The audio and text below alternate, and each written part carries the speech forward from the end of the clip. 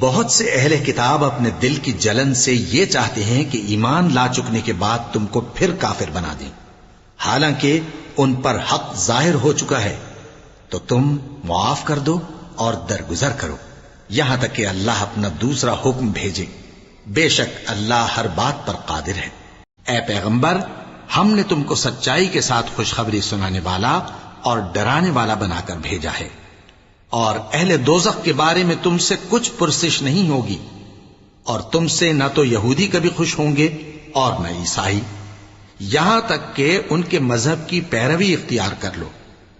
ان سے کہہ دو کہ اللہ کی ہدایت یعنی دین اسلام ہی ہدایت ہے،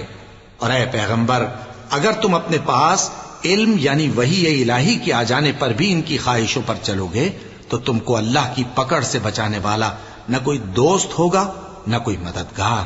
ہاں کیوں نہیں، جو شخص اللہ کے آگے گردن جھکا دے یعنی ایمان لے آئے اور وہ نیکوکار بھی ہو تو اس کا صلہ اس کے پروردگار کے پاس ہے، اور ایسے لوگوں کو قیامت کے دن نہ کسی طرح کا خوف ہوگا اور نہ وہ غمناک ہوں گے۔ مسلمانوں، کہو کہ ہم اللہ پر ایمان لائے اور جو کتاب ہم پر اتری اس پر، اور جو صحیفے ابراہیم اور اسماعیل اور اسحاق اور یعقوب اور ان کی اولاد پر نازل ہوئے ان پر، اور جو کتابیں موسیٰ اور عیسیٰ کو عطا ہوئیں ان پر، اور جو دوسرے پیغمبروں کو ان کے پروردگار کی طرف سے ملی ان پر، سب پر ایمان لائے۔ ہم ان پیغمبروں میں سے کسی میں کچھ فرق نہیں کرتے، اور ہم اسی معبود واحد کے فرما بردار ہیں۔ اور اس سے بڑھ کر ظالم کون جو اللہ کی مسجدوں میں اللہ کے نام کا ذکر کیے جانے کو منع کرے اور ان کی ویرانی کے لیے کوشش کرے۔ ان لوگوں کو کچھ حق نہیں کہ ان مسجدوں میں داخل ہوں مگر ڈرتے ہوئے۔ ان کے لیے دنیا میں رسوائی ہے اور آخرت میں بڑا عذاب۔ اور یہودی اور عیسائی کہتے ہیں کہ یہودی یا عیسائی ہو جاؤ تو سیدھے رستے لگ جاؤ گے۔ اے پیغمبر ان سے کہہ دو نہیں، بلکہ ہم دین ابراہیم اختیار کیے ہوئے ہیں جو ایک اللہ کے ہو رہے تھے اور مشرکوں میں سے نہ تھے، اور مشرق اور مغرب سب اللہ ہی کا ہے، تو جدھر بھی تم رخ کرو ادھر ہی اللہ کی ذات ہے، بے شک اللہ صاحب وسعت ہے، باخبر ہے۔ اور یہ لوگ اس بات کے قائل ہیں کہ اللہ اولاد رکھتا ہے، نہیں، وہ پاک ہے، بلکہ جو کچھ آسمانوں اور زمین میں ہے سب اسی کا ہے اور سب اس کے فرما بردار ہیں۔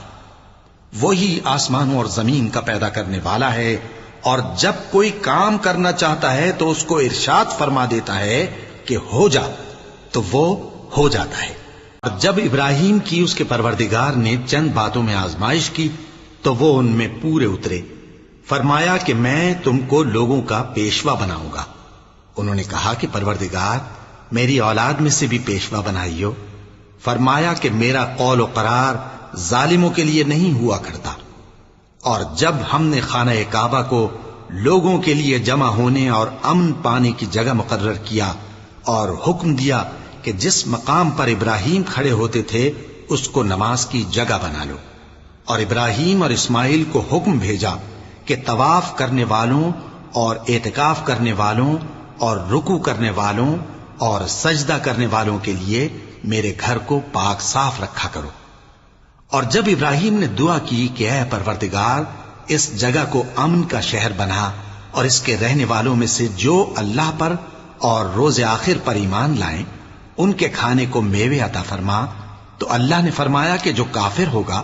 میں اس کو بھی کچھ مدت تک سامان زندگی دوں گا، مگر پھر اس کو عذاب دوزخ کے بھگتنے کے لیے مجبور کر دوں گا، اور وہ بری جگہ ہے۔ پھر اگر یہ لوگ بھی اسی طرح ایمان لے آئیں جس طرح تم ایمان لے آئے ہو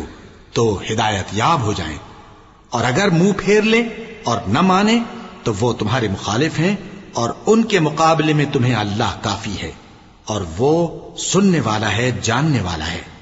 کہہ دو کہ ہم نے اللہ کا رنگ اختیار کر لیا ہے، اور اللہ سے بہتر رنگ کس کا ہو سکتا ہے، اور ہم اسی کی عبادت کرنے والے ہیں۔